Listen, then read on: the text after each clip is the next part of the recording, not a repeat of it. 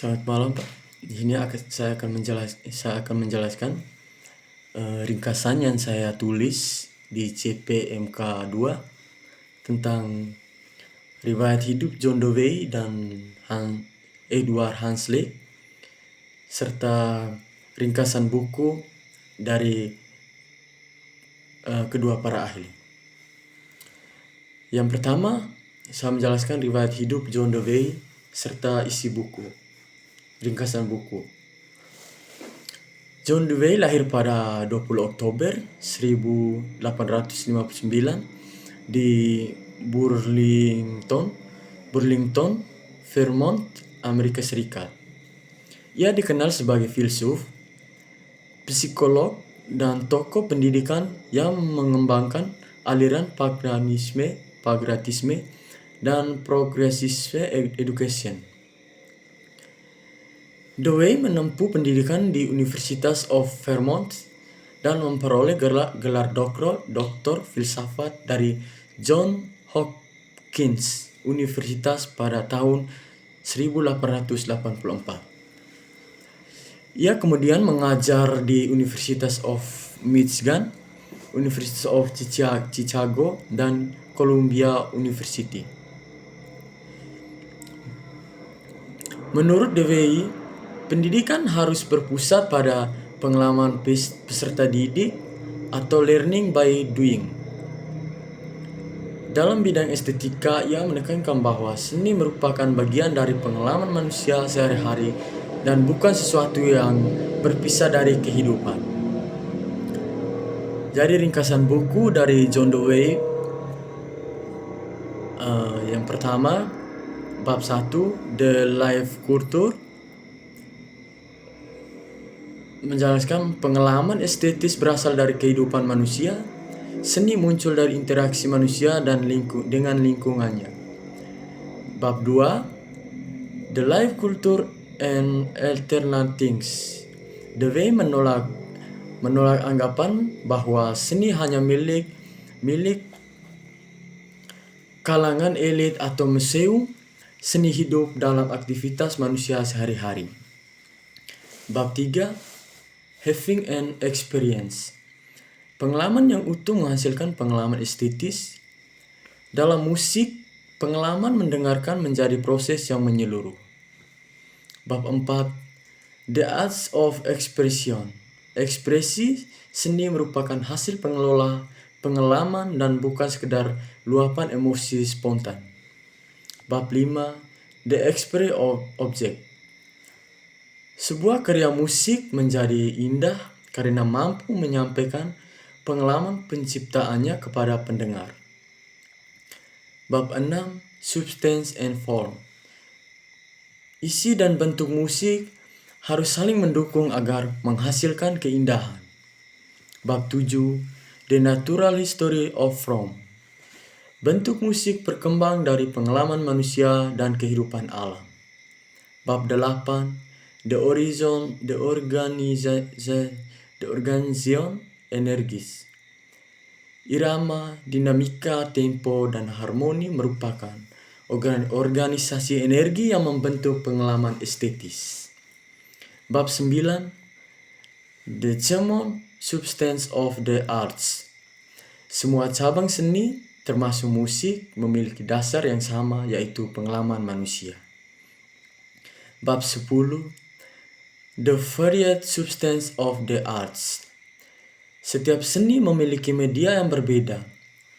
Musik menggunakan bunyi sebagai medianya. Bab 11, The Human Contribution.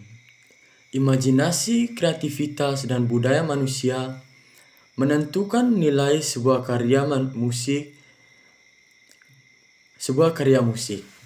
Bab 12, The Challenge to Philosophy. Filsafat harus memahami seni berdasarkan pengalaman nyata, bukan teori abstrak. Bab 13, Treatise and Perception. Kritik musik harus berangkat dari pemahaman terhadap pengalaman estetis. Bab yang ke-14, Art and Civilization. Seni termasuk musik memiliki peran besar dalam pembentuk kebudayaan dan kehidupan masyarakat. Yang kedua, riwayat hidup Edward Hanslick. Edward Hanslick lahir pada 11 September 1825 di Praha atau saat itu bagian dari Kekaisaran Austria. Hanslick menempuh pendidikan hukum di University of Vienna, tetapi lebih dikenal sebagai kritus musik dan profesor sejarah musik di universitas tersebut. Ringkasan buku yang saya ambil dari karya Edward Hanslick yaitu ini Musical Beautiful on the Musical Beautiful atau The Beautiful in Music. Yang pertama, bab 1, hakikat keindahan musik. Hanslick menjelaskan bahwa tujuan estetika musik adalah memahami keindahan musik sebagai sesuatu yang berdiri sendiri. Bab 2, keindahan musik. Keindahan musik terletak pada bentuk musikal atau tonal moving forms, yaitu hubungan nada, melodi, ritme, dan harmoni. Bab 3, perasaan dalam musik. Musik memang dapat membangkitkan perasaan, tetapi perasaan bukanlah isi utama musik. Musik tidak menggambarkan emosi tertentu, nada, melodi, dan ritme. Bab 4, pendengaran estetis. Pendengaran yang baik harus mendengarkan secara aktif dengan memperhatikan struktur, bentuk, tema, variasi, dan perkembangan musik. Bab 5, imajinasi dalam musik. Imajinasi membentuk pendengaran melalui memahami keindahan struktur musik tanpa harus menghubungkan dengan cerita atau emosi tertentu. Bab 6, proses penciptaan musik.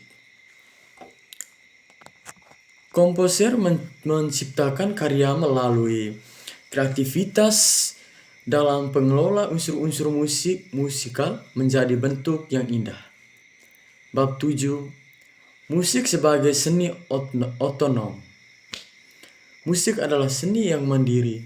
Nilai estetisnya tidak bergantung pada kata-kata, cerita, atau emosi, melainkan pada kualitas bentuk musikal sendiri.